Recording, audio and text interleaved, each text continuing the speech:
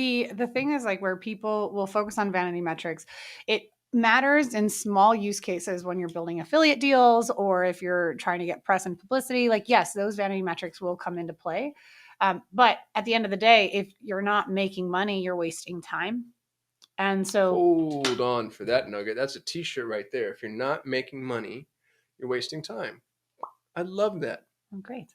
And like I said, money is all that matters. So like you just co-signed 100%. Okay, well, I'll You wear that just said anything you do that's not making money is wasting time. for social media. Yes. I'm going to give that caveat.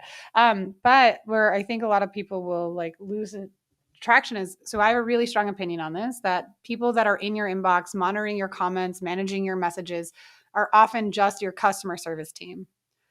There are golden conversations. There's cash in those conversations that if you don't train your customer experience team on sales, you are missing out on a lot of money because you're going to have people asking specific questions that will be assumed as customer service, but are actually monetary based, transactional forward. Use case. Someone who reaches out to a hotel chain and is asking, do you have handicap parking or do you have van accessible parking? Because there's a family coming that have 6 people in the car and they don't want to park 6 blocks away when there's 25 other hotels they can visit in Orlando. So they're asking, can I park close to where I'm staying so I don't have to carry everything in the hot Orlando sun to my room? Is this convenient? A customer service conversationalist will say yes.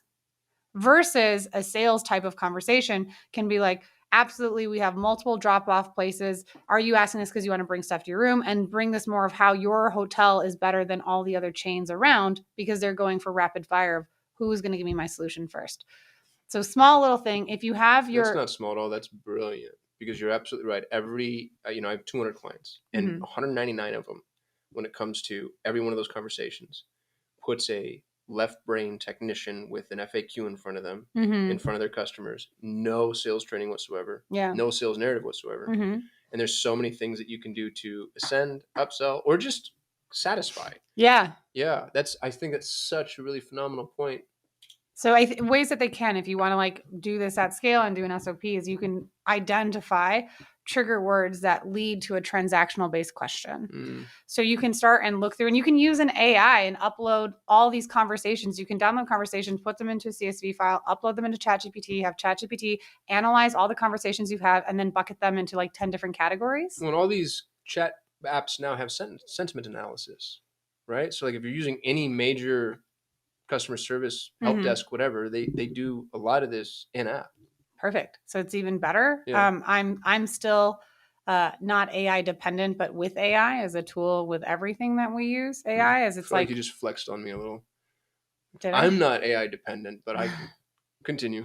There was a lawsuit that was just revealed the other day that someone who was getting protection rights for something they made in Midjourney, and then they did a little bit of photoshopping to age it, was denied protection for it because it was an AI created source.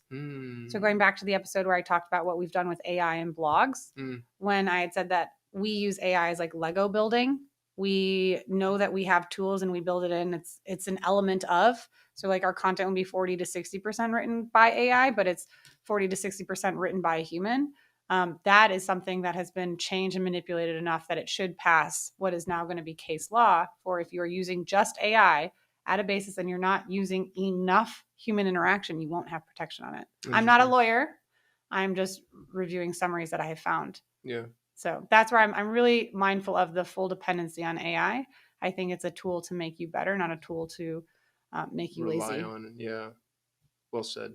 But if you are using some sort of sentiment training and you upload conversations, maybe upload them over the last like 90 days or 6 months. You don't need to go super, super far back. If you've had tons and tons of conversations, then you can bucket and identify elements that if you have trigger words that your customer service team finds in questions, then it might be, hey, I want to ask, how can I make this conversation be transactional? In fact, I think every single conversation that is started in someone's inbox, of a brand's inbox, or on a post of a brand's profile is a transactional sales-based opportunity because they know you're not a person. They're talking with a brand. And if you're a brand, that means you're not a corporate, and people don't want to talk to corporates. Corporates are like this mystery thing, but you're a brand. I'm expecting you to engage with me, and I'm telling you I'm open to being sold, because I'm going out of my way to talk to you.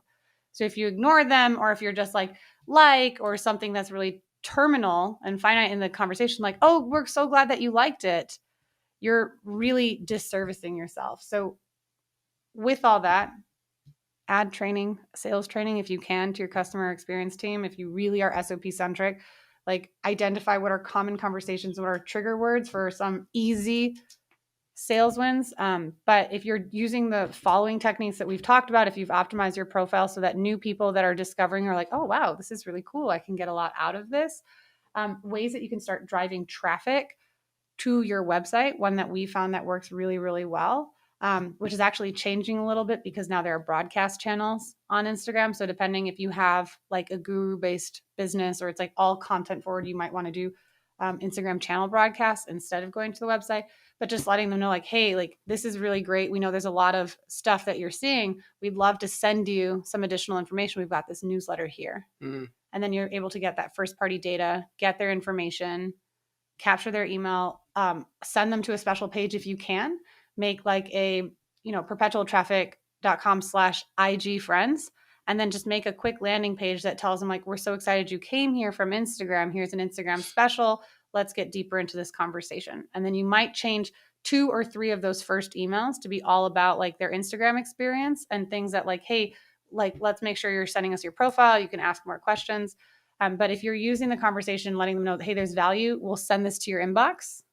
Or you can, depending on how sophisticated your team is, you can use trigger words and let them know that we'll send you like mini challenges or messenger bot updates, but also like the Instagram channels. If you have a following that's over 20,000 or a person specifically, that's going to get a better deliverability than emails. We're coming into Q4. It's the most competitive time in someone's inbox for SMS and email. So I would just consider the broadcast channel as an alternative. That's brilliant.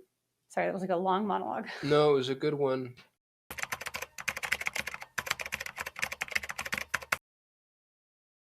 Welcome to Daily Google News. Today, I'm joined by 2 of my favorite people who, interestingly, followed a very similar career track in a lot of ways. Regina and Caden were both client managers that became strategists. And if you're joining us, having not already understood the construct of